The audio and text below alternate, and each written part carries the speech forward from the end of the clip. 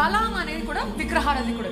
బలాం చేసే చాతబడులు అందరి పని చేస్తాయి అనమాట. అలాంటి వ్యక్తి బలాకి ఏం చేశాడు, బలాంని పిలిస్తే పని అయిపోద్ది, మనం చేతులతో యుద్ధాలు చేయలేకుండా ఒక మాటతో శపిస్తే ఇజ్రాయెల్ చచ్చిపోతారు అని డిసైడ్ అయిపోయి ఏం చేస్తాడు, బలాంని పిలుస్తాడు. కొండ మీద పోతాడు. కొండ మీద పోయి జనాలను చూస్తాడు. శాపాలు ఇలా పలికే టైంలో పరిశుద్ధాత్ముడు బలాం మీద వచ్చి దిగిపోతాడు. దిగిపోయిన వెంటనే అనే బదులు నువ్వు ఆశీర్వదించబడుతున్నావు, నువ్వు దీవించబడతావు, గొప్పగా ఫలించి ఆశీర్వదించే బిడ్డలుగా ఇజ్రాయెల్ ఉండబోతున్నా. ఆయనకి తెలియకుండానే మాంత్రికుడు నోట్లో నుంచి ఆశీర్వాదములు రావటం మొదలు పెట్టాయి. అప్పుడు బలాక్ ఆశ్చర్యపోయి, ఏం చేస్తున్నావు నువ్వు, ఈ నోట్లో నుంచి ఎందుకు ఆశీర్వాదాలు పెరుగుతున్నావు, పిచ్చిపట్టిందా నీకంటే?